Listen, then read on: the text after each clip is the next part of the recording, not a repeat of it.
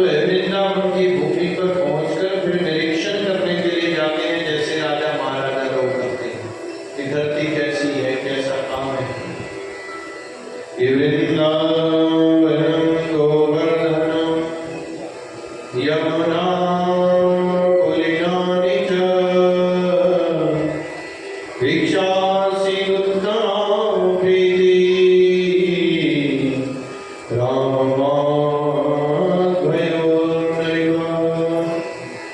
कहते हैं जिस प्रकार से कोई राजा जाति से राम और माधव जो है ढूंढने गए, वृंदावन की पावन भूमि को देखकर मन बड़ा प्रसन्न हो गया। भगवान श्री कृष्ण दाऊद जी से कहते हैं, देखिए दाऊद जी, इतनी सुंदर भूमि है, इतना सुंदर सुंदर घास है, हमारी गैयाएं खाकर खूब दूध देगी। आज महाराज देखो गैयाओं के लिए पीने के लिए पानी भी है, यमुना जी भी पास में ही है। भगवान बड़े देखो हमारे खेलने के लिए भी जगह यहाँ पर है। और भगवान कहते हैं अब भैया हम भी गैया चराएंगे। और भगवान वहां से आते ही वहां से कहते हैं भैया अब हम गैया चराने जाया करेंगे। भैया ने कहा अभी तो छोटा है, अभी भगवान छोटे से हैं, इसीलिए जब बड़ा हो जाएगा तो गैया ही चराएगा। वाले रखो तो कहते गैया ही चराने, और तो कोई काम है नहीं, इसलिए थोड़ा बड़ा हो जा। और भगवान इसी पर नाराज हो जाते हैं, कोने में खड़े हो जाते हैं। भैया देखती है मेरा पुत्र नाराज हो गया, माँ ने कहा तो ऐसा करना, छोटे छोटे बच्चों को लेके चले जाना। अब भगवान प्रसन्न हो गए, सब मित्र मंडली को सूचना दे दी, महाराज अब क्या करना है, अब हमने हर रोज बछड़े चराने चलेगी। मानना चाहिए ना भगवान को, तो भगवान भी तो जाना है। भगवान वहां पहुंचते हैं, बच्चों को साथ लेकर, मित्रों को साथ लेकर, बोले हरे कृष्णा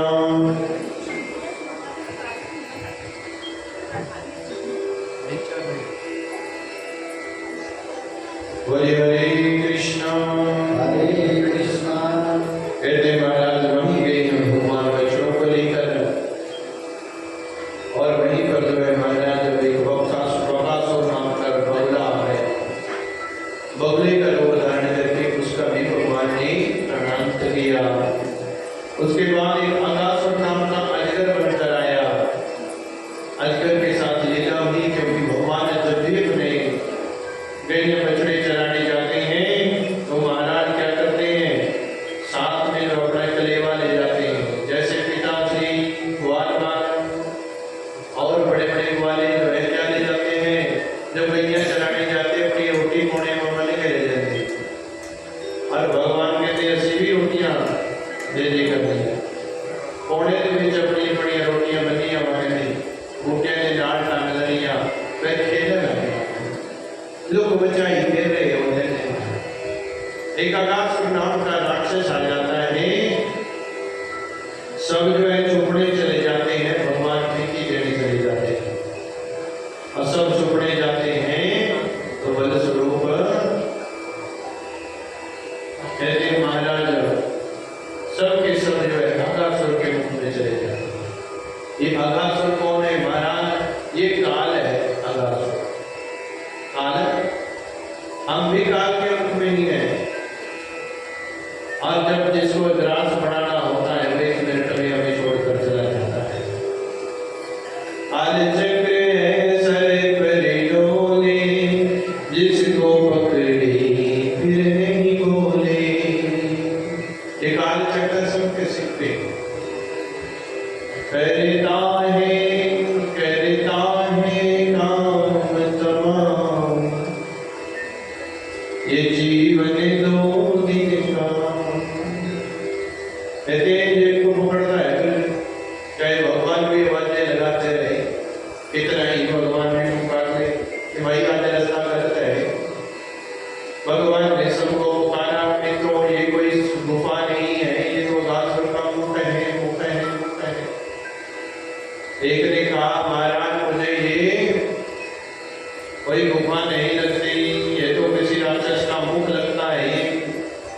तो दूसरा बोल गया, कहता है भगवान सबकी रक्षा करने वाले हैं, वो साक्षात हमारे साथ है। अभी नहीं देखा, पता सबको कैसे मार दिया भगवान ने।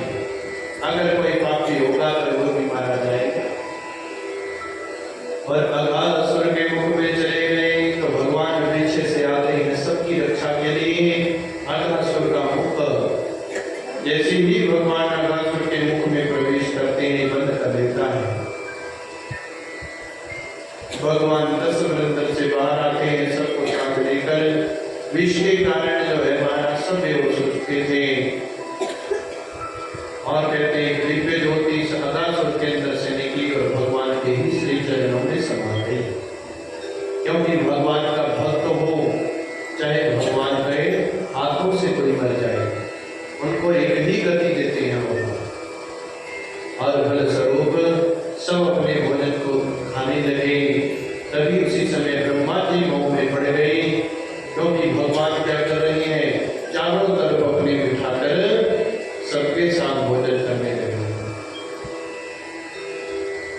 और सबके साथ भोजन करने लगते हैं तो कहते हैं ब्रह्मा जी चक्कर में पड़ जाते हैं महाराज। के नियम ये है, भोजन के नियम क्या है, जब भोजन करना हो तो किसी से बोलना नहीं चाहिए और किसी से बोलना नहीं चाहिए। और कहते हैं महाराज किसी का जूठा न खाना चाहिए, न खिलाना चाहिए। भोजन हमेशा पत्तल में करना चाहिए, थाली में एक अपनी थाली में करना चाहिए। और महाराज हंसना नहीं चाहिए, इससे भी अपमान होता है।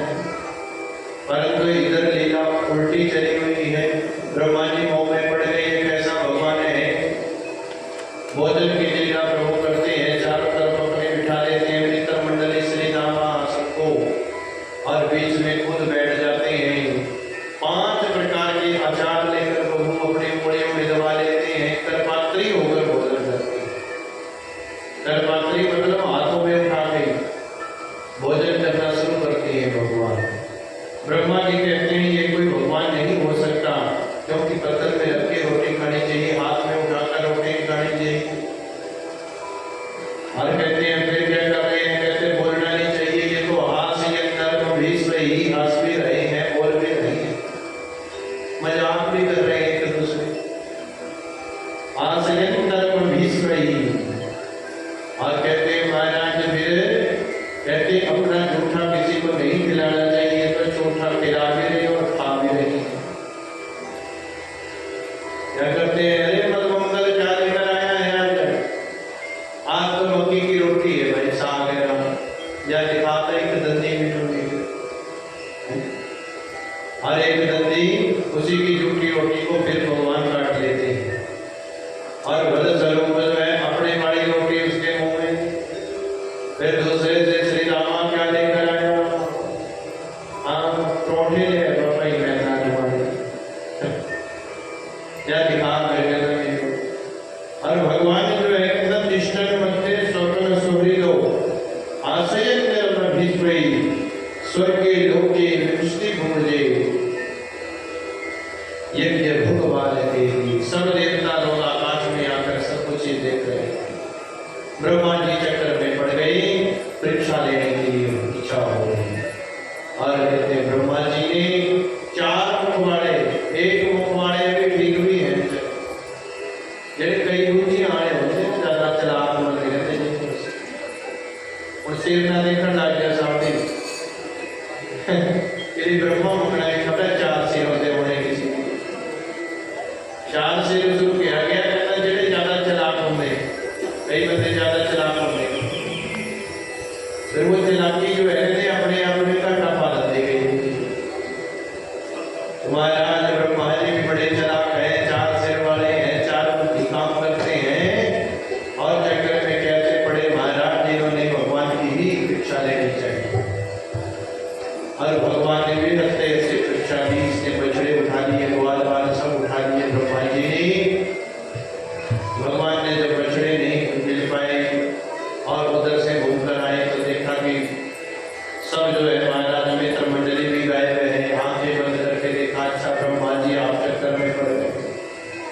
भगवान चाहते हैं तो उसी दिन जो है सबको ले आते, परंतु भगवान कहते हैं जो जिसका नाम है परांगत हो उसी में ही हराना पड़ता है। जिस विद्या से जो है महाराज लोगों को ठग रहा है, उसी विद्या का कोई विद्वान पंडित आकर ही बताएगा उसको ये ठीक पड़ता है गलत पड़ता है। चलिए तो सारे जाना देते हैं महाराज, परंतु मंत्रों में शुद्धि है या नहीं है ये कोई विद्वान ही बता सकता है। और बल स्वरूप भगवान ने कहा तो ठीक है, फिर अब क्या करना चाहिए? अब तो महाराज मेरी सृष्टि देखो, हमारे बल से आप सृष्टि कर रहे हो, सबको पैदा कर रहे हो और हमारी ही परीक्षा। भगवान ने सब कुछ अपने आप बन गई, भगवान सब कुछ अपने आप बन गए और डंडे लकड़ी जो रुमाल लेकर आए थे, जो कोड़े लेकर आए थे, जो रस्सियां थी, जो बछड़े थे, जो गैया छोटे छोटे बछड़े जो भी था सब भगवान अपने आप ही बन गए। और 1 साल तक बढ़े। एक दिन दाऊद जी ने देखा कि भगवान गोवर्धन पर्वत पर सबको लेकर पहुंच गए। वहां जाने की अनुमति नहीं थी किसी को, क्योंकि वहां पर बड़ी गैयाएं और बड़े बड़े जो बुजुर्ग थे ग्वाल वही रहते थे। और एक दिन भगवान ध्यान नहीं रहा, चलते चलते गोवर्धन में पहुंचे तो जैसे ही गैयाओं ने अपने बच्चों को देखा तो कहते हैं वह विभोर होकर दौड़ पड़ी, इतना प्रेम देखा। जो ग्वाले अपने पुत्रों को मारने के लिए आ रहे थे कि आप क्यों आए हो गुस्सा लेकर, वो पास आते ही सब अपने पुत्रों को प्यार करते हैं। गैया यहाँ जैसे बच्चों को चाट रही है, जैसे पहले वही गैया जब बछड़ा पैदा होता है तो उसको चाटती है, बड़ा प्रेम करती है। ये देखकर दाऊद जी चक्कर में पड़े तो दाऊद जी ने देखा कि महाराज कन्हैया के पास गए, कन्हैया क्या लीला चल रही है। भगवान कहते 1 साल हो गया, सबका मनोरथ पूर्ण कर दिया दाऊद जी। कहते क्या मनोरथ? सब कहते थे कन्हैया मेरे पास नहीं रहता, कन्हैया मेरे पास नहीं रहता। अब 1 साल हो गया, सब के घर में नहीं हो रहा, सबके घर में मैं एक में हूँ। 1 साल हो गया। कहते क्या बात हो गई? ब्रह्मा जी की बुद्धि ज्यादा हो गई थी, इसलिए वो सबको उठा कर ले गए। ब्रह्मा जी ने जब देखा तो ब्रह्मा जी महाराज छोड़ने आए, क्षमा याचना करी, 42 श्लोकों में स्तुति करी और भगवान ने ब्रह्मा जी से बात नहीं करी। कहते ये जीवन दोबारा नहीं मिलेगा, जो क्षण चले गए वो दोबारा लौट कर वापिस जिंदगी में नहीं आते। क्यों? जो हमारा बचपन चला गया, तो जवानी चली गई, बुढ़ापा आ गया, अब जितना मर्जी घी खा लो फिर जवानी नहीं आएगी, उल्टे बीमारी होगा। फिर कई बंदे कहते हैं खराब काट की शादी पे, कहते खराब ठीक होती ना तो असि अज भी 50 किलो की बोरी चट ले गई। परंतु कहते महाराज फिर चाहे झील के अंदर बैठे हो तब भी जो है वो ताकत नहीं आएगी जो जवानी होती है। भगवान ने भी ब्रह्मा जी से कहा, ब्रह्मा जी की बड़ी स्तुति करी। स्तुति क्या करी? ग्वाल वालों की बड़ाई करी। धन्य है ये ग्वाल, धन्य है ये गोपिकाएं, धन्य है यशोदा मैया, धन्य है ये नंद बाबा, धन्य है ये गैया, धन्य है ये बछड़े, जिनके साथ में जो है महाराज प्रभु रहते हैं। बड़ी बड़ाई करने पर भी फिर भी बोले नहीं, क्योंकि 1 वर्ष के लिए ब्रह्मा जी से कहते हैं 1 वर्ष थोड़ा ना देखा महाराज, मैं इनकी जुदाई नहीं सहन कर सकता था, 1 वर्ष तक अलग कर दिया। बोले नहीं प्रभु, 42 श्लोकों में स्तुति हुई और प्रभु जो है ब्रह्मा जी से बोले नहीं, इंद्र से बोले और परिक्रमा करके जो है महाराज वहां से चले गई। हाँ, एक देवकासुर नाम के राक्षस को मारा भगवान ने, फिर कालिया नाग का दमन किया। अब कथाएं जो है सूक्ष्म रूप से चलती हैं, क्योंकि महाराज अगर सब कथाएं भागवत के सुननी है तो 1 साल की कथा रखा। हर महीने कराइएगा, जितना मुक्ति जगह पे चलती, जितना मुक्ति जगह पे चलती। जो है भगवान की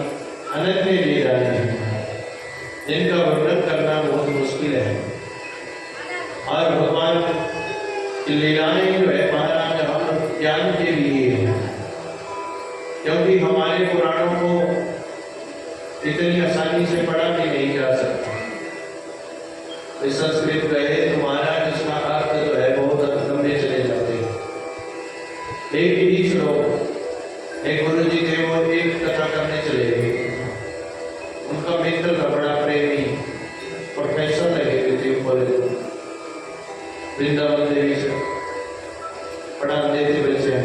यही पढ़ाना एक श्लोक जो है पढ़ाना बहुत।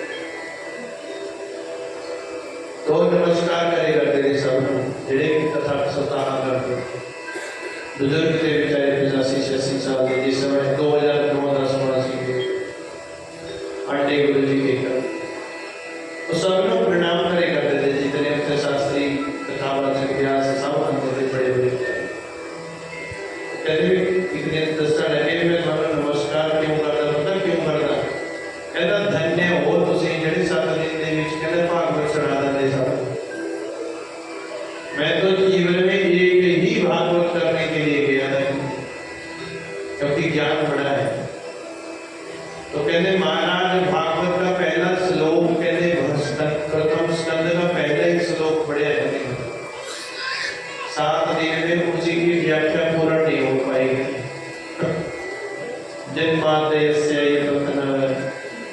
कहते महाराज जन्माद्यस्य से ज्यादा गए ही नहीं है। उसी का ही विचार किए ज क्यों लिखा है, म क्यों लिखा है, दस क्यों लिखा है, इसी का वर्णन करते करते कहते महाराज 7 दिन की कथा सुनानी है और मैं उनको क्षमा याचना की भी भाई मैं तेरी सप्ताह पूरी नहीं कर सके। इन्हें क्यों? कहते महाराज मेहता जी पहले श्लोक के 2 लाइन नहीं पढ़ी ऐसा महाराज हरि अनंत हरि कथा अनंत। ओके कहते थे धन्य हो तुसी के ना महाराज जो 7 दिन में सारी सप्ताह को है पेट का है। मेरे बार के ना पता नहीं कितने साल आए लेकिन ना सप्ताह पढ़ने तो भगवान की कथाएं अनंत है। सुनाने का एक ही जो नियम है, एक ही जो है कर्म है कि हम अपने सनातन से जुड़े रहें।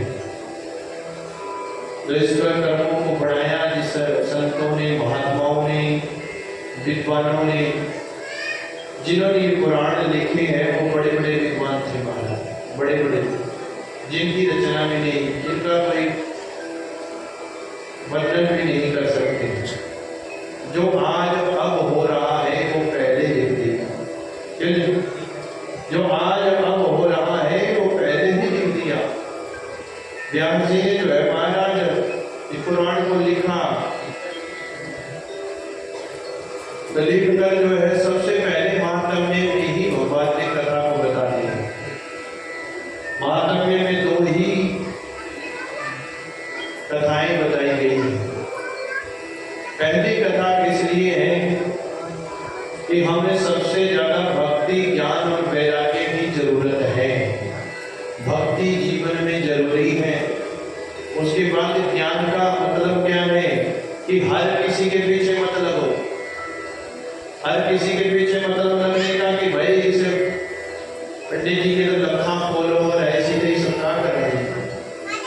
नहीं, कहते महाराज अगर कथा कोई आपको छोटा बच्चा भी सुना रहे है ना तो वो भी सत्य का संग है, सत्य का संग है।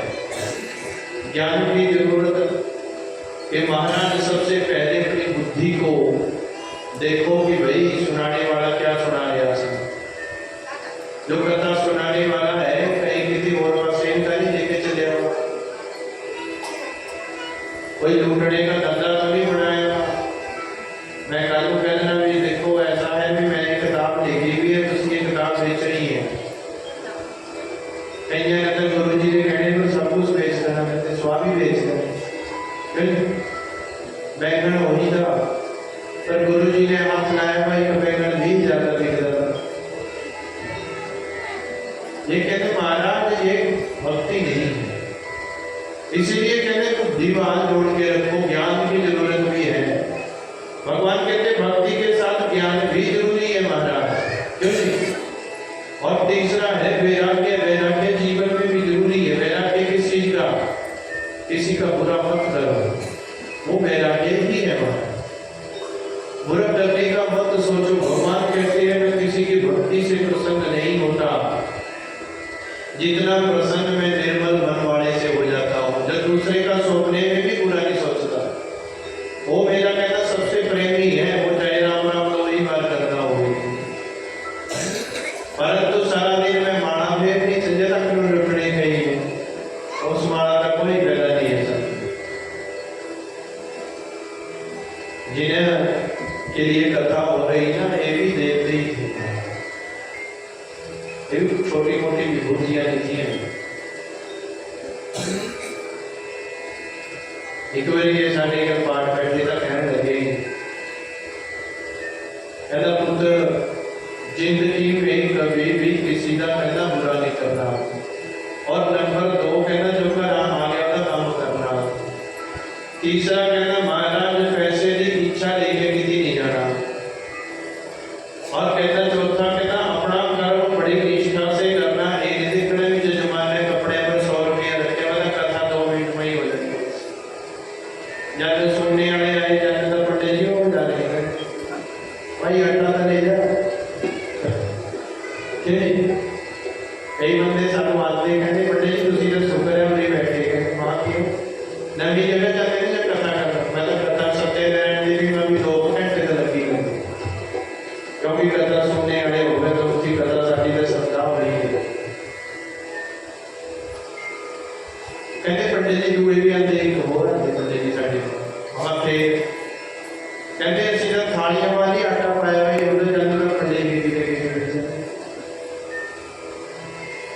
कहते महाराज सत्यनारायण भगवान की कथा क्यों पढ़ाई, इतने बड़े जगह जो है महाराज बहुत कम होने भी है तो सुनने का भाग्य नहीं मिलता, और भगवान ने इसीलिए वो कर्म बढ़ाए जो सबके पास हो जाए। वो सत्यनारायण भगवान की कथा इससे भी बड़ी कही गई है। क्यों? क्योंकि कलयुग के अंदर एक ही घड़ी आपका मन लगता है, एक घड़ी के बाद कहते फिर बेचैनी की होड़ आ जाती। तो महाराज कहते एक घड़ी 24 मिनट है, 24 मिनट तो असि बड़े प्रेम से बैठ जाते कहते 24 मिनट के बाद कभी मनीराम का पहुंच गया, कभी न्याया पर पहुंच जाना, कभी और पास से पहुंच जाना, कभी काम याद आ जाना भी दे दूध रखे चूल्हे पर मैं आज नहीं जाने जाना करना मुख्य जगह। तो कहते ये संसारिक जो काम है उनको हम छोड़ नहीं सकते, परंतु कलयुग में यह भी एक ही घड़ी छूट जाए कहते वो भी बहुत है। 24 मिनट बाद है कि हमारे अंदर वैराग्य आ जाए, कथा समझ में आ जाएगी। कभी कथा करने का फायदा तो दान ये साड़ी बताई भी कि कभी शिक्षा जो है आप ले तो साड़ी कथा सफल एक शिक्षा तो सारे में ले लियो वही वाली मेरी कथा थाने सुनाएगी। भाई सस लड़ती होगा भी तुम वही है बहु लड़े जाके बताओ कहते भाई संयुक्त का निवास करे रहे तो धुंधुली को याद कर लिया करो बस। तो जीवन में कहते महाराज दो कथा भक्ति ज्ञान और वैराग्य जरूरी, भक्ति भी होनी जरूरी है और फिर ज्ञान भी जरूरी है। ज्ञान का अर्थ है जानना, ज्ञान का अर्थ है जानना, जिससे आप जुड़ रहे हो। कहते महाराज उसके अंदर भी स्वभाव देखो कि क्या है वो। और फिर कहते जीवन में वैराग्य तब आएगा जब आपके गुरु को वैराग्य है। बीड़ी पीने वाला कहना अपने निर्णय भी नहीं हटा सकता बीड़ी पीने से, आपको धोनी पीता है। जब हम ही बुरे हैं तो हम किसी को क्या शिक्षा दे सकते हैं। कहते हैं स्वभाव और भाव कहते हैं अच्छा हो तो सब जो है महाराज कर्म होते रहते हैं। तो वैराग्य भी जरूरी है। फिर दूसरी कथा लिखी कि घर की जो है शुद्धता भी जरूरी है। घर के अंदर आत्मदेव तो है, आत्मा का देव, स्वयं का देव, अच्छा करने वाला देव, ये तो बैठा है आत्मदेव, परंतु घर की परिस्थिति ठीक नहीं है। अगर घर में गंदगी है, घर की स्त्रियां जो है महाराज सुबह उठकर स्नान करके, क्योंकि लक्ष्मी तो आप ही हो घर की, जब लक्ष्मी ने ही लक्ष्मी को नहीं बनाना तो विष्णु ने किसे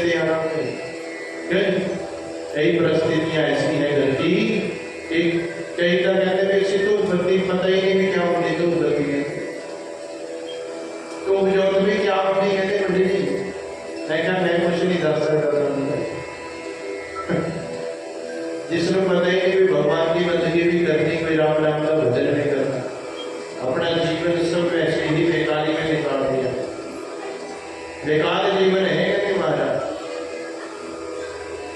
और कहते हैं जब कहते हैं घर की माताएं अच्छी होंगी, घर की माताएं बहनें अच्छी होंगी, तो कहते हैं उनके घर में संतान भी गोकर्ण जैसी होगी, ये गारंटी है महाराज। और जब कहते हैं महाराज मेरा स्वभाव अच्छा नहीं है, मैं अपने माँ बाप को गालियां निकालता हूँ, मैं उनके साथ बोलना गलत है, तो उससे पहले मेरे बच्चों का गलत हो जाएगा बोलना। कहते हैं महाराज मूल से ब्याज प्यारा होगा, क्यों पोते पोतियां ज्यादा प्यारे होंगे। कई बार ऐसी साढ़े घर दुकान है, हम न्याणे है भाई, चल रहा काम करना, कभी ठंडे पीने के, कभी कुरकुरा खाना, कभी कॉफी खानी। कई बार जो है घर मन नहीं होना है, मैनू ना दे करो है कुरकुरे, बीमार हो जाती है। तो बापू साडा गुस्सा हो जाता कई बार भाई। तो कहने का भाव मैं चल उन्होंने भी दिखता है, उन्होंने भी क्या पता हूँ जब बच्चे ने लता से मुड़ी जाना था भाई थोड़ा तो पैने नहीं, क्यों साढ़े घर बाजार में जाते तो साढ़े से भी तो दुआ होगी ये चीज़ा। मैं कभी नहीं कहा है बापू को नहीं कहते ऐसी क्यों नहीं कहना, क्योंकि स्वभाव असी अपना बदलना ही बदलना, असी जिंदगी में अपने स्वभाव बदलने चाहिए। क्यों पहले काम में कहना असी दो जवाब दे रहे होते थे, फिर एक दिन सोच बैठे बैठे सोचने लगे करना था असियों में जवाब देने के बाद भी भाई करना पड़ा, तो इससे अच्छा तो करे तो फिर जरूरी किसी का मन दुखी करके ही करना। क्यों एक ही बात पर समझौता कर दिए कि भाई करना तो सेव है, जब बाहर से जाना थी पार्टनर के घर हम मुझे नहीं है, जब कहते थे कि दो पर यहाँ आ दिए बढ़िया में चक ले जाते जैसी कि ये भी नहीं हूँ सारा दिन कमा के आया नहीं जाना, मैं सोचते भी नहीं जाना तो है। फिर महाराज वो स्वभाव एक ही बदल लो, कहने महाराज कहने मानने वाला स्वभाव प्राप्त लो, कोई गल नहीं, जिन्हें कहते हो कहना मनने नहीं बनना पड़ा। तो बद स्वरूप जो है जीवन में कहते हैं ज्ञान और वैराग्य, भक्ति भक्ति और ज्ञान वैराग्य चाहिए। दूसरा कहना दूसरी कथा है आत्मदेव, स्वयं के देव बन जाओ। अगर आज कोई चीज छोड़नी है तो वो छूट जाएगी, ऐसे देवता होने चाहिए। ये नहीं कि बड़े पीढ़ी नहीं छोड़ती है, पीढ़ी नहीं छोड़ती है, बुराई को छोड़ना है तो आज ही छोड़ देनी, जो चीज नहीं खानी वो आज ही छोड़ देनी, उसके बाद खानी नहीं है, ऐसा मन होना चाहिए आत्मदेव। और घर की माताएं बहनें जो है स्वभाव अच्छा रखे, जीवन में जो है महाराज आपको सबकी सुननी पड़ेगी, क्योंकि सहनशीलता सबसे बड़ी है। ये सोचो कि जब हम अपने घर में थे तो नहीं माँ बाप उठते थे, तो भी तो उठते थे, पिटते थे, वो भी गाड़ियां निकल दी थी, नहीं काम करना था डंडे से साटे भी करते थे। परंतु सास ससुर ने जो अगर थोड़ी सी गल कहती तो वो सहन ही नहीं होनी चाहिए, फोन हो जाना था उसमें का ले जो शास्त्र तो ये कहते हैं कि हम जिस घर में विवाही हैं अपने माता पिता से भी ज्यादा उनका सम्मान करना पड़ेगा, चाहे लड़का है चाहे लड़की है। फिर वही बात आ जाती है तो मेरे माँ बाप को गाला काटती रहती है, बढ़िया फिर बराबरी काम चलता था। इसीलिए कहते महाराज स्वभाव जो है अच्छा, धुंधुकारी जैसा स्वभाव मत रखो। धुंधली जैसी वृत्ति से संतानें होंगी तो धुंधुकारी पैदा होंगे। अगर कहते हैं महाराज स्वभाव अच्छा होगा तो गोकर्ण जैसे जो है भक्त, प्रहलाद जैसे भक्त, ध्रुव जी जैसे भक्त पैदा होंगे। प्रहलाद ने अपनी माँ के गर्भ में ही शिक्षा ले ली राम हरि नाम। और महाराज कितने भी ऐसे कर्म हैं जो माँ के गर्भ में ही सब गुण आ जाते हैं। इसलिए माताएं खासकर जो है कहते महाराज अपना स्वभाव अच्छा होना चाहिए, भक्ति करो, भजन करो। और जब जन्म लेता है बच्चा तो जो भी उसके पास में है उसके काम में कान में हरि नाम जरूर बोलो, हरि नाम जरूर बोलो।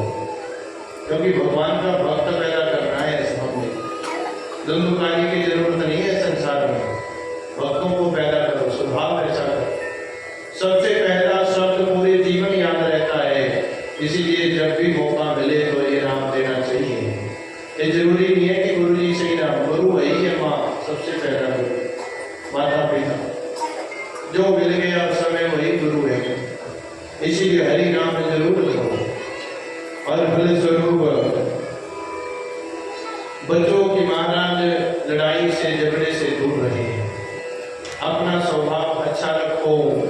ये मैं नहीं कहता कि महाराज माताएं ही गलत हैं, कई कई जगह भाई जो घर में आई है वो भी गलत हो सकते, माता पिता ही हर जगह गलत नहीं है, पर कुछ स्थानों पर माता पिता ही गलत है, बेचारी बहनें गलत नहीं है।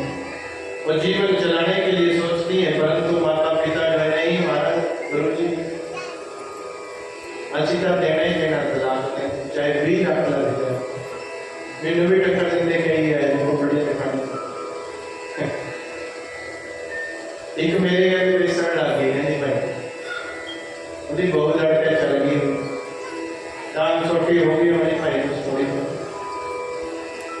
मैंने कहते पंडित जी दाने देखो, मैं क्या दाने दूंगी क्या देखने, मैं तो यही देखा भाई कहती क्या, मैं 2 महीने बाद फिर तेरे कोले आ गई ना ना कह उनका चाहे बीघा भी चुना करे उस देर भी हमें 6 महीने बाद काट कर पाऊँ फिर झाड़ू मार गई। मैं पूछा आगे वहां चाची और बहुत तो झाड़ू मार रही, मैं कहना बोलना नहीं है।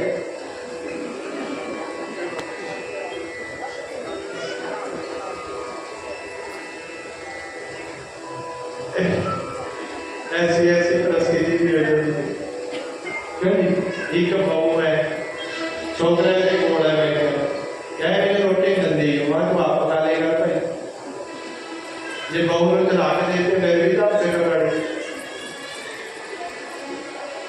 मैं क्या अगली तो चल रही है मेरी साथ नहीं क्या बहू भी गंदी है रोटी,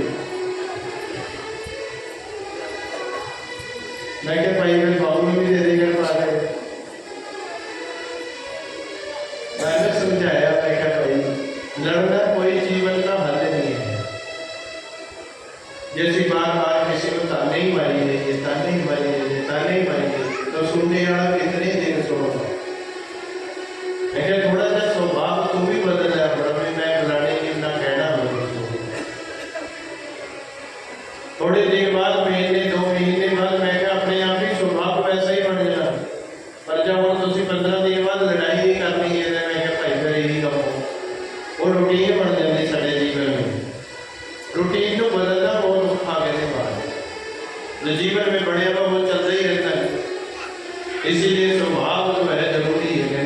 गलत हो गया कथा यही कहती है कि अपने जीवन में परिवर्तन लाओ, कहीं हम अनन्या शरबंधुकारी ऐसे तो नहीं है, इस पर विचार करना चाहिए। इसलिए कथा है, कथा कहानियां सुनाने से लाभ तभी है कि अगर उनके जैसा स्वभाव उनके जैसा चरित्र हम भी बनाए अपने जीवन में, ध्रुव जैसा चरित्र हम भी बनाए, प्रहलाद जैसे हम भी बनकर देखें, हम भी बिलनी जैसे बनकर देखें सादगी में, जिसने भगवान को झूठे पेड़ खड़ा किए, आप तो झूठा पानी का गिलास हो जाए तो भी बाहर गिराएंगे कि भगवान को भोग नहीं लगाना, क्यों हमारा स्वभाव, परंतु कहते भाव हमारा सबसे बड़ा है, भगवान ने तो झूठे वेद भी खा लिए, हम नहीं खिला सकते। महाराज कहते हैं कि वो भाव था, वो भाव में हुआ सब कुछ, और कहते हैं महाराज अगर स्वभाव अच्छा होगा तो भाव भगवान से होगा। जीवन में जरूरी है बदलाव लाना, ये नहीं सोचो कि महाराज हमारी सस ने सानू सारी जिंदगी गालें कटियां, तासी भी अपनी बहू को गालें कटनियां, वही रूटीन तोड़नी नहीं है। महाराज स्वभाव जरूर बदलना चाहिए, मैं तो यही कहता हूँ महाराज, बाकी आपकी मर्जी है, मंत्र आपको दे दिया है इस भागवत में, भाई अगर बहू लड़ने लगे तो सासू को कह देना चाहिए कि भाई तू वही है बस, लड़ते लड़ते फिर ज्यादा काला निकल गया। महाराज नंदरी को याद कर दिया है, स्वभाव कहते अपनी अमीरी चेंज होना शुरू हो गया, फलस्वरूप आज भगवान के परम मंगलमयी कथा में विवाह भी करना है भगवान का, कथा थोड़ी सी लंबी हो जाएगी, 8 बजे तक कर दी, अधिकार से चले गए 8 बजे आ जाते हैं, मैं सभी चिंता नहीं होगी।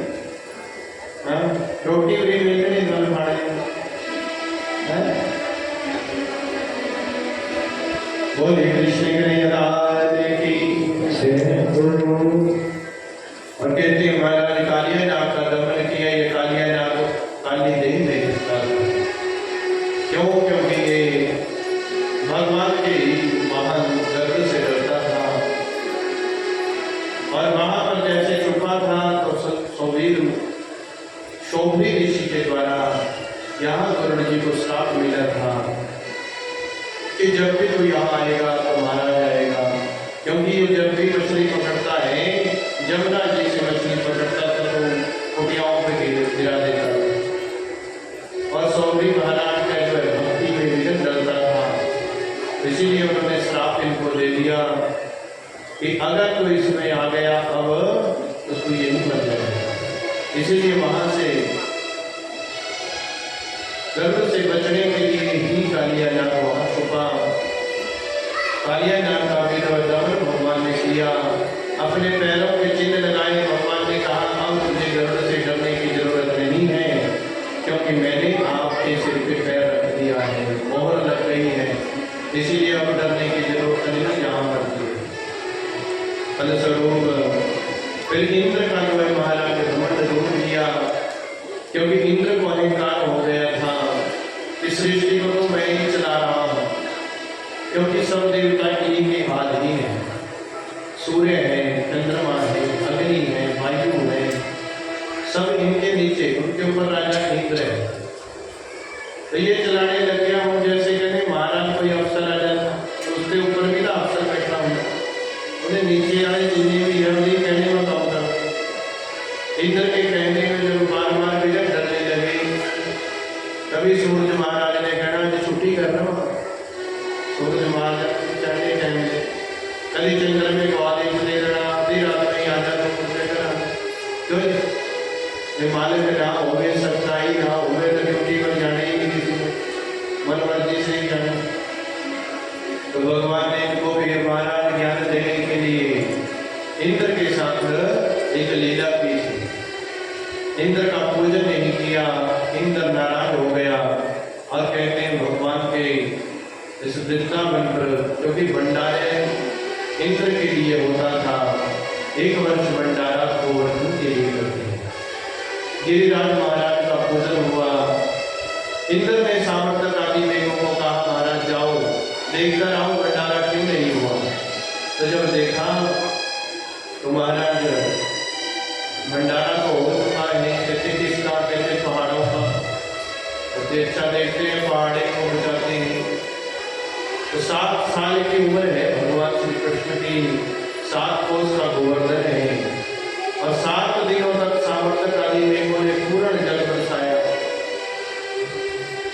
इंद्र के कहने पर तो महाराज 7 दिनों तक ही भगवान ने गिरिराज को उठाकर, गोवर्धन को उठाकर, और यही परिणाम भगवान का पड़ा गिरिराज महाराज ने।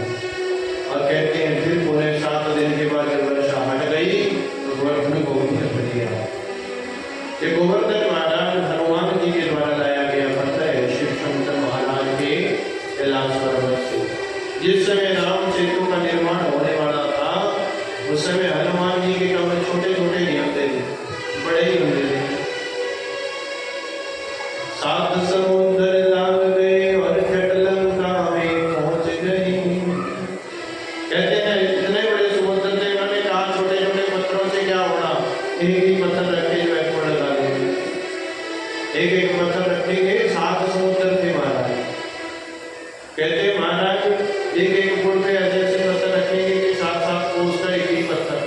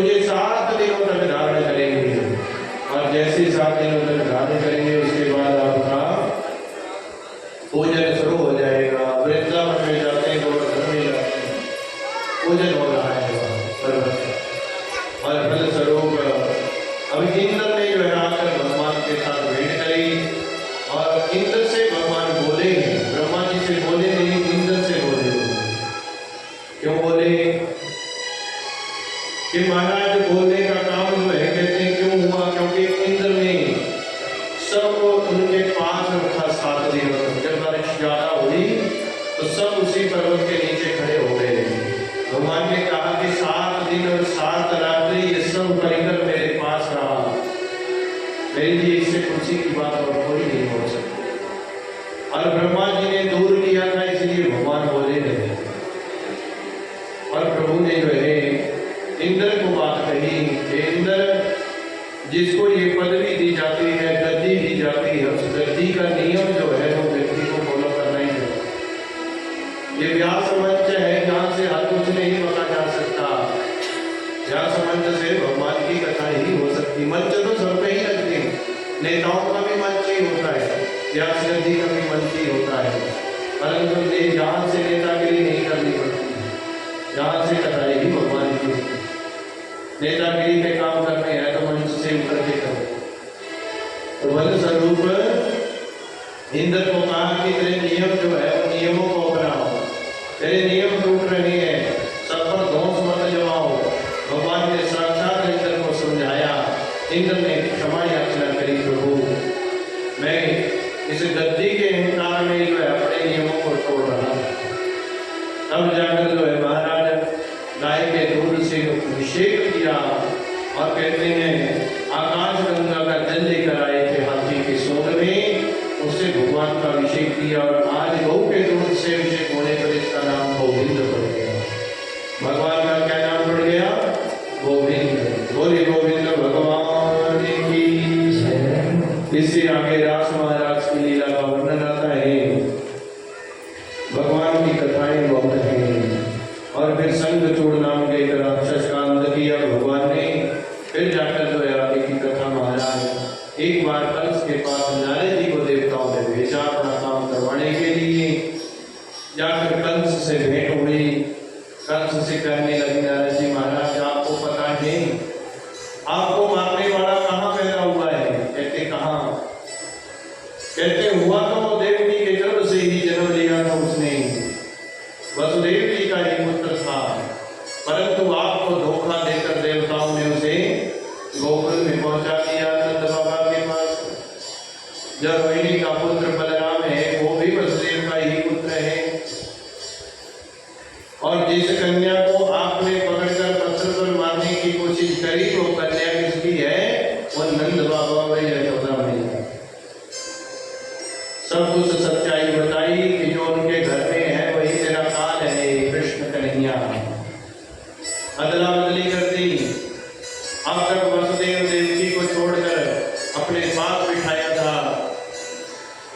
जब पता चला उसी समय फिर बेड़ी बंधन डालकर अंदर डाल दिया कि मेरे साथ होगा। और इसी में जो है महाराजों ने उनको फिर बंधन में डाला। अब कंस ने अपने सभी को बुलाया, बुलाकर सबसे जो है महाराज कहा कि भगवान को मारने के लिए प्रयत्न करो। उसी समय एक केशी और व्योमासुर 2 राक्षसों को भेजा, एक घोड़े का रूप बनाकर एक बैल का रूप बनाकर भेजा। और फिर सबने जो है मंत्रियों में से एक मंत्री ने कहा कि अक्रूर जी महाराज इनके परम मित्र हैं, उन्हीं को बुलाने के लिए भेजा जाए। अक्रूर जी महाराज को बेला फुसला कर भेजा गया और जाकर वो नंद बाबा जी के पास पहुंचते हैं और नंद भवन में जाकर प्रेम से रहते हैं। सवेरे उठकर कहते हैं महाराज कंस का आदेश आया है कि आपको कर के रूप में दही माखन लेकर आना है, क्योंकि वहां पर एक मेला रखा गया है छोटा सा। कंस ने एक स्टेडियम बनाया था लंगर के लिए, उसी के उद्घाटन पर मेला रखा। बहाने से भगवान श्री कृष्ण और बलराम को बुलाया। बुलाकर जो है महाराज अक्रूर जी महाराज जैसे ही लेकर चलते हैं तो उसी समय बहुत सी गोपियां भगवान को घेर कर खड़ी हो जाती हैं। प्रभु हम आपके विरह में नहीं रह सकते। गोपियां कहती हैं प्रभु ये विधाता जो है महाराज बड़ा करो रहे हैं। पहले 2 प्रेमियों को मिलाता है, फिर इस दुनिया को बिछोड़े करने में लगा देता है। सब जो है उनको दूर दूर करने में लग जाते हैं। ये प्रेम बड़ा ही निष्ठुर है। ये ब्रह्मा जी ने बनाया क्यों? पहले मिलाना फिर बिछोड़। कहते महाराज विधाता को भी गालियां देती है। और भगवान से बार बार ऐसे करती हैं कि जब तुम्हें जाना ही था तो क्यों लिया अनेक नाम, जान दे देंगी जो तुमने अब याद नहीं करना। अरे कन्हैया, जब तुम्हें जाना ही था तो क्यों आए यहाँ, क्यों हमें प्रेमी बनाया मना, क्यों अब तेरे बिना नहीं रह सकती, क्यों तेरे विरह में हर समय तड़पेंगी, क्योंकि जब हम तुमसे दूर नहीं हो सकती, हर रोज तेरे दर्शन के लिए कोई ना कोई बहाना लेकर आती है। गोपियों ने बड़ा भगवान को रोकना चाहा। भगवान ने अंत में एक ही कथा कही, एक ही बात कही कि गोपियों, अगर मेरी खुशी चाहती हो तो मुझे वृंदावन से जो है मथुरा जाना ही पड़ेगा, क्योंकि जैसे आप मेरे लिए प्रेम करती हो वैसे ही वहां भी कोई मेरा इंतजार कर रहा है। मेरी माँ मुझे वहां पर भी इंतजार कर रही है, बड़े दुख में है। और महाराज समझा बुझाकर गोपियों को जो है वहां से भगवान मथुरा की तरफ चलते हैं। मथुरा में आकर भगवान दर्शन जो है कपूर जी को भी यमुना जी में ही प्रदान कर देती है। रास्ते के बीचों बीच आकर कपूर जी का मन भी बड़ा उथल कर रहा था कि कहीं हंस जो है इनको न मार दे, ना मार दे, ना मार दे, कितने सबल कोमल है, और दोष मेरे सर लग जाएगा कि वो प्रणाम न लेकर गया था हमारा। यमुना जी में स्नान के लिए उतरे, उसी यमुना में भगवान ने साक्षात दर्शन कपूर जी को दिए। मथुरा में पहुंचे तो पहले ही सीमा पर रोक दिया, मैं पूछ कर आता हूँ आपको कहाँ बुलाया जाएगा। इतने में भगवान अपने छोटे छोटे परिकर के साथ मथुरा घूमने गए। सबसे पहले रंगरेज नाम के धोबी से भेंट हुई, कपड़े मांगे। धोबी अकड़ने लगे क्योंकि राजा का धोबी था। एक कपड़े भगवान ने धरा और वही प्रणाम कर दिया। कपड़े डाल दिए, दर्जी ने उसे ठीक किया। आगे गए तो एक श्रीमाली नाम का एक माली मिला जो सुंदर मालाएं बनाता था। उसने भगवान को माला पहनाई। सबने एक माला पहनकर आगे गए, कहते चंदन नहीं लगा हुआ है माथे पर। तो उपजा जो है महाराज देख जाती है, ये कंस की जो है सैरेंद्री है। हर रोज कंस को जो है क्या करती है, चंदन घिस कर लाती है और चंदन लगाती है। फलस्वरूप जो है भगवान ने इसे भी पुकारा, हरी सुंदरी, हरी सुंदरी, ये कहकर जो है पुकारा। उपजा पीछे मुड़कर देखते हैं, प्रभु किसको बोल रही हो, आप तो बोल रहे हो। फलस्वरूप उपजा के हाथों से चंदन लगवाया और फिर इसके पीठ पर एक कुबड़ था निकला हुआ। ये उपजा कौन है, ये टेढ़ी बुद्धि है। जब ये भगवान से जुड़ती है तो सीधी होती है। भगवान से भेंट हुई, चंदन लगाया, चंदन लगाकर भगवान से रति इच्छा प्रकट करी और प्रति इच्छा भगवान ने कहा भी नहीं पूरी होगी। उससे पहले पूजा के पैर के ऊपर अपना पैर रखा, अंगूठा, और कहते 2 उंगलियां ठोड़ी पर रखी और कोबड़ भगवान ने सीधा कर दी। आगे भगवान गए, एक धनुष रखा हुआ है और यज्ञशाला में वो धनुष था भोलेनाथ जी महाराज का। कंस को कहा गया था कि महाराज जिस दिन ये धनुष टूटेगा उसी दिन मेरी गर्दन भी टूट जाएगी, पहली निशानी है। और भगवान उस धनुष यज्ञशाला में पहुंचते हैं और देखकर धनुष को प्रणाम करते हैं। बहुत से सैनिक उसके अंदर खड़े हैं। सबसे कहते हैं महाराज हाथ लगाकर देख ले, नमस्कार करके देख ले। कहते हैं ठीक है, वे कहते हैं प्रभु उठाकर देख ले, तो सब हंसने लग गए। जिस धनुष को कोई नहीं उठा सका वो ये बालक क्या उठा लेगा, सब हंसने लग गए। महाराज देख लो जोर में लागे, देख लो जोर। और भगवान ने जो है भोलेनाथ जी को प्रणाम किया और कहा भोलेनाथ अब इसके टूटने का समय हो गया है। भोलेनाथ ने आज्ञा दी और एक ही हाथ से धनुष को उठाया, प्रतिज्ञा चढ़ाने लगे। धनुष टूट गया। धनुषो भज्यमानस्य अमरोदशीष। 10 दिशाओं से ऐसी गर्जना महाराज, ऐसी गर्जना हुई कि सब कांप उठे। और उस गर्जना से जो है महाराज कंस के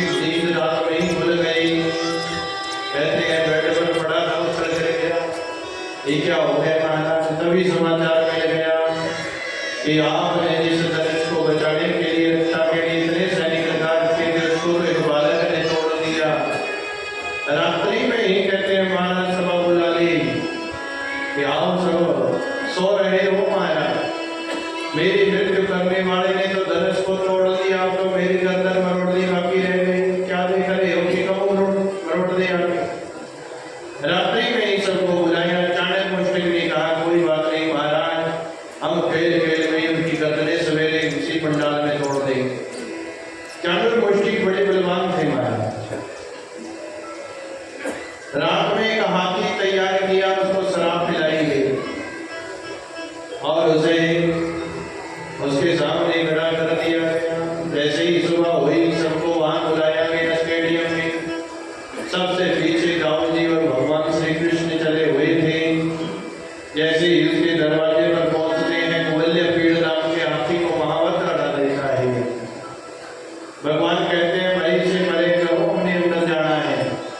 कहते अंदर बाद में जाना, पहले इसी से भेंट कर दो महाराज।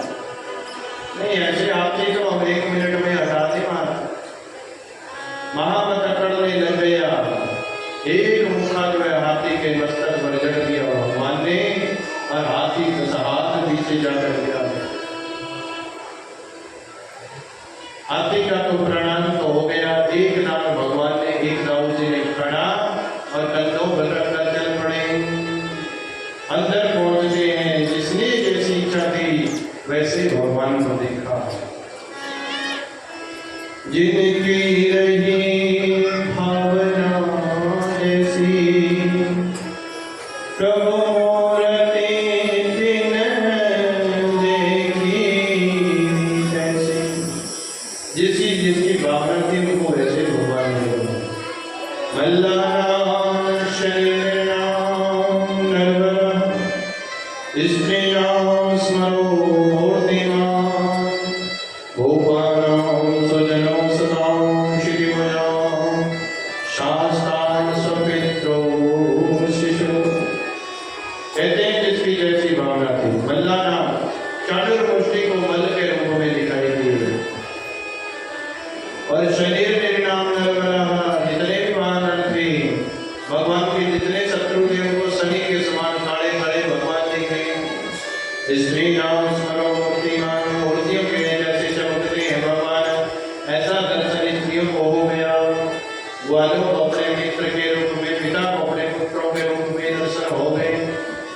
और जितने ऋषि संत महात्मा थे वहां हमको महाराज प्रभु तत्वम कर्म योगी नाम, योगियों के रूप में दिखाई दी, योगियों के भगवान के रूप।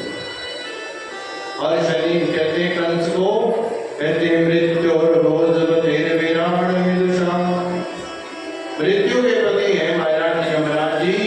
यमराज जी के रूप में दर्शन किसको, कंस को हो गए कि यमराज आ गया मुझे लेने के लिए। और यमराज आया, अंदर आए भगवान, बैठ गए और फलस्वरूप चाणूरमुष्टि का युद्ध होना शुरू हो गया। भगवान को पुकारने लग गए, हे महाराज अब क्या करें, हमारे साथ भी युद्ध करके देख लो तो हाथ रखो। भगवान चाणूर और मुष्टिक से युद्ध करने लग जाते हैं। चाणूर और मुष्टिक से युद्ध होना शुरू हो गया। चाणूर से भगवान श्री कृष्ण और मुष्टिक से भगवान बलराम जी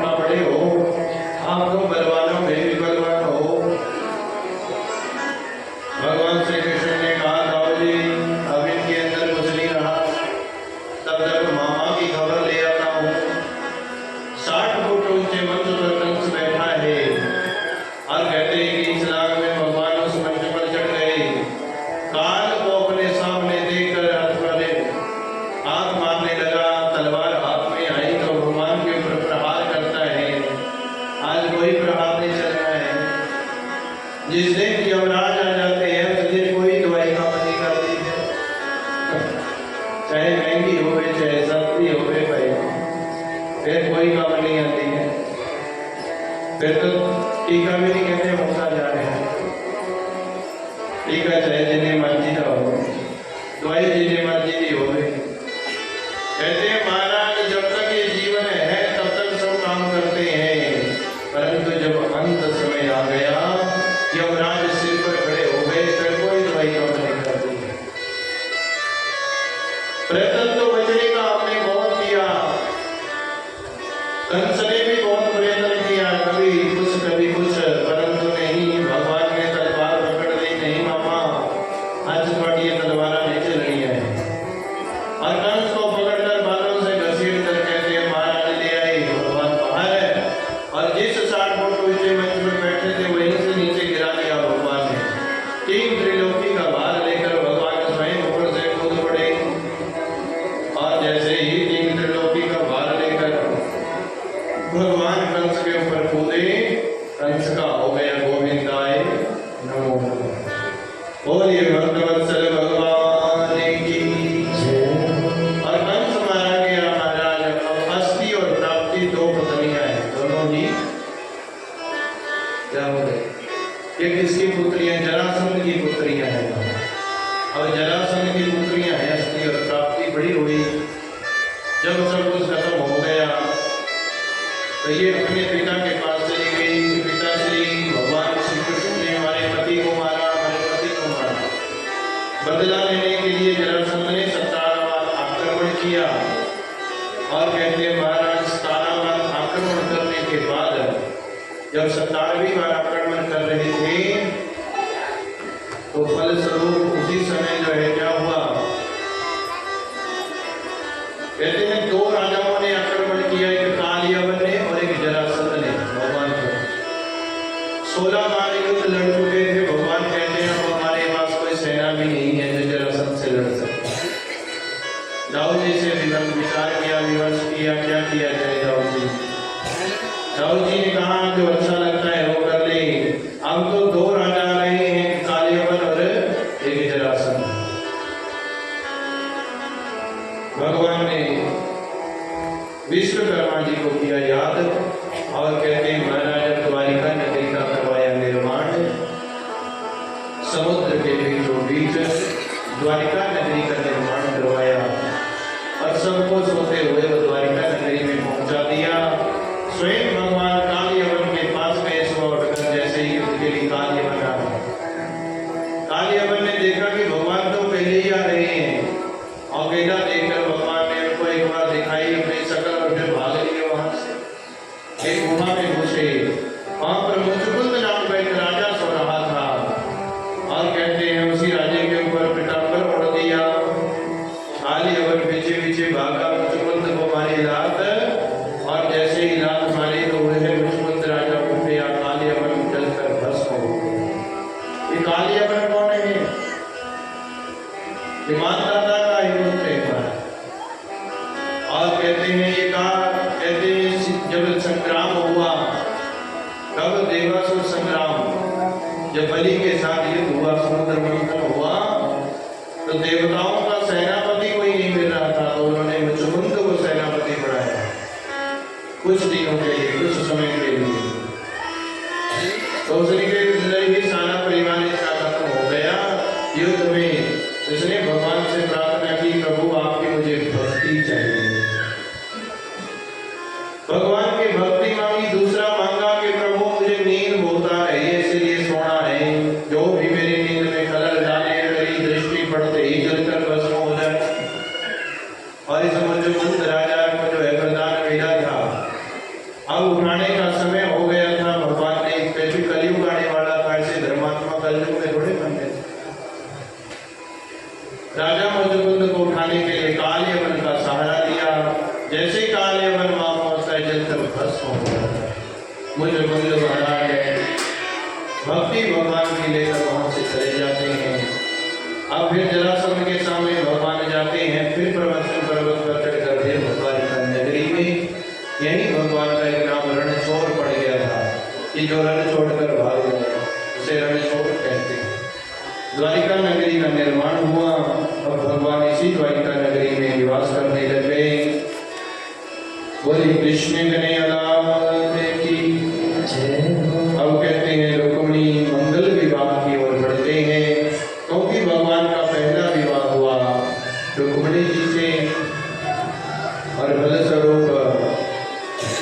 इससे पहले उद्धव जी का बड़ा मनोहर चरित्र है। रुक्मिणी जी कौन है? ये भगवान भीष्म सुतां रुक्मिणी रुचिरा राक्षसेन विधानेन उपयेमे श्रुता। परीक्षित ने पूछा, महाराज सुखदेव जी, मैंने सुना है भगवान का पहला विवाह राक्षस विधि से हुआ। ये राक्षस विधि कौन सी है जो आजकल के बच्चे कर रहे हैं? राक्षस विधि के साथ विवाह कहना तो मैं नहीं चाहता, परंतु कहते हैं जो ये प्रेम विवाह है ये सब राक्षस विधि के विवाह है। और भले स्वरूप जो है महाराज इसमें सुख नहीं है, क्योंकि जिसका नाम ही राक्षस है वो आगे चलकर कितना राक्षस बनेगा चलेगा ये खुद जानते हैं। तो भगवान का विवाह राक्षस विधि से वो 8 प्रकार के विवाह शास्त्रों में बताए हैं। जो माता पिता की आज्ञा से विवाह होता है उसे प्राजापत विवाह कहते हैं। प्राजापत विवाह सहमति से किया गया जो विवाह है उसे प्राजापत विवाह, जो सब सुखों को देने वाला है। गंधर्व विवाह है, आसुरी विवाह है, और कहते हैं महाराज जो वरवर्ण विवाह है, इसमें स्वयंवर में खड़ा करके जो वरमाला डाली जाती है, जो आजकल वरमाला है वो भी विवाह है। पंडित जी कर लेके जाए करोगे, हमें कैसे देने ना उसकी कहते वरमाला पाई ब्याह हो गई, उसके बाद ही होते मेरे पहले तो विवाह हो चुका। तो वरवर्ण का विवाह तो महाराज ये होता था कि जिसको कन्या गले में हार डाल दे उससे ही विवाह होता था। हम तो भाई पहले फिक्स होए हुए भी लड़ा यही है, अब भी पहले जैसे विवाह करने करो सारे ने इकट्ठे करे इकड़ा निकला भाई रिवर कटाई पर साड़ियाँ खड़ी हम इधर चौकड़े में खड़ा दे करो। कहते हैं सब समाज उल्टी तरफ चले आओ। पहले के समय में जो है जब विवाह में रहते जो पीछे में नहीं माला उसकी फेरिया में मार देते,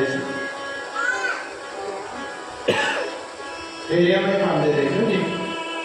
फेरे कराने लगना तो उससे जब विवाह संकल्प हो जाना, कन्यादान संकल्प होने के बाद वो वरमाला डाली जाती है। सिर बुल्ली बनते थे पहले, कहते सिर बुल्ली करनी सामान्य है। सिर बुल्ली का मतलब क्या है पता नहीं? सिर बुल्ली क्या होती है आज जाने का तो पता ही नहीं होता है, सियाने को तो पता भी होना सिर बुल्ली क्या होती है। आज का समाज जो है हमारा सब कुछ गलत कर रहा है, दोष पंडितानों में। पहले कहते हैं दादी दादी दस्से करती थी, बुजुर्ग दस्से करते नहीं। बीजा साडा ब्याह होता था जी रोजी का भी ब्याह तभी रजाइयाँ कंबल दे दे करते थे कहते साडे देखेंगे हाथ पैर ना देख ले क्यों? क्योंकि शास्त्रों में जो है जब भगवान शंकर का विवाह हुआ था तो उस समय ब्रह्मा जी ने क्या किया था? शंकर महाराज ने जो है सबसे एक ही बात कही कि पार्वती इतनी सुंदर है कि उसका मुख कोई न देखे, जो मुख देखेगा उसका मुख काट दिया जाएगा। शिव पुराण की कथा है। तो उस समय क्या हुआ? ब्रह्मा जी को इतनी काम वेदना सुनाने लगे कि कितनी सुंदर है, कितनी सुंदर है। सुंदरता सुन सुन के ही ब्रह्मा जी का हाथ खड़ा हो गया। और ब्रह्मा जी ने जो है क्या किया महाराज, जैसे ही फेरे होने लगे तो गिरियां लकड़ियां जाके गए अमर देवी तुम आप पे इतने में घूंघट उठा के देख रही हो। भगवान शंकर को आ गया क्रोध और भौहों से प्रकट हो गए भैरव महाराज, जिसने ये कर्म किया सर काट दिया जाए। 5 मुख थे पहले ब्रह्मा जी के, एक मुख काट दिया गया। जिस मुख से देखा वो भैरव जी ने उसी सर काट दिया। तब से प्रथा चली आ रही थी महाराज कंबल देने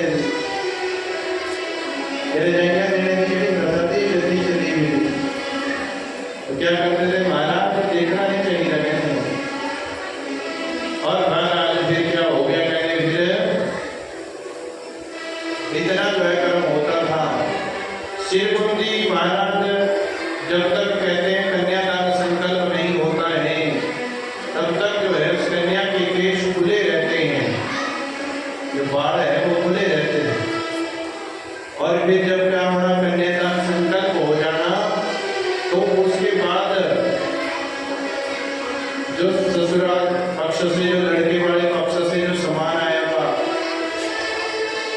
लड़के वाले पक्ष से, ये उस समय की बात है जब ब्याह कई नहीं जाते थे। पहला लगन तीनों में से लगन वही है, लगन है। उसके बाद सामान देना सारा, फिर बिंदी लिपस्टिक सब कुछ जो है वो उन्हीं की लगन है। नानकिया ने कपड़े पाके ने फेरे हूँ भाई दुकाना पर लहंगे आ गए। पहले सोने की टूंबा पाके जो है फेरे वही करते थे, और आगे फीचर पाके और महाराज पहले जो है सिर कुंडी होती थी, सिर कुंठा मीडिया करती हैं। मीडिया जिन्हें ज्यादा होनी होती है भाई पति जो है अच्छा मिलना है, उन्नी उम्र ज्यादा होनी पति की। उन काम उल्टा हुए वाले जिस दिन तो विवाह होगा उस दिन तक बुद्धगत सब कुछ करी हुई होती कुड़ी ने, सिर गुंथिया हुआ होता पहले ब्यूटी पार्लर आए थे, और विवाह के बाद अपने बाल खुले ही रहते, फिर ब्यूटी पार्लर वाले स्टेट करने में लगे रहते हैं। जो साढ़े नियम है वो तो ये कहते हैं कि विधवा के ही बाल खुले होने चाहिए। पहचान क्या है विधवा की? विधवा की पहचान है कि उसके बाल खुले रहते हैं, और कहते हैं जो विवाही गई है उसकी बुद्ध जो है करी हुई होने चाहिए, जो गूंथे हुए उसके बाल होने चाहिए।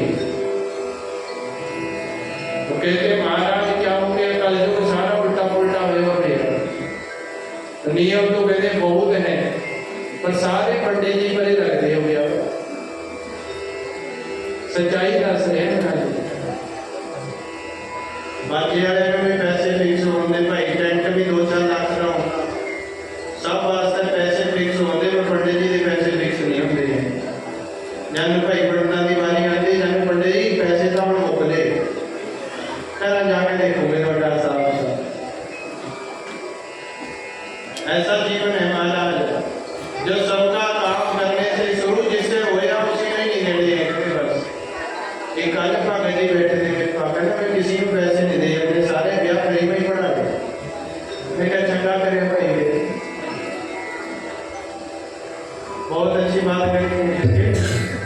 कहने महाराज पंडित जी ने मुहूर्त निकाला, विवाह पक्का कराया, सब विवाह की रचना हो गई, परंतु जब उसकी दक्षिणा देने का टाइम आना फिर नहीं होती दक्षिणा। क्यों नहीं? जब तारा डुबेवा होता सब पर मंदा पेवा होता, तारा साढ़ा डुबेवा मंदा सब पर पेवा। क्यों पेवा? क्योंकि बड़े जी ब्याह बंद कर देते भी भाई तारा डुबेवा। क्यों नहीं? दुकान वाले उस जगह पंडित जी काट के निकलना तारा, कपड़े वाले भी, सनियार भी, उधर दुकान वाले भी, राशन वाले भी, बाजे वाले भी, सारे कुछ ले सकते।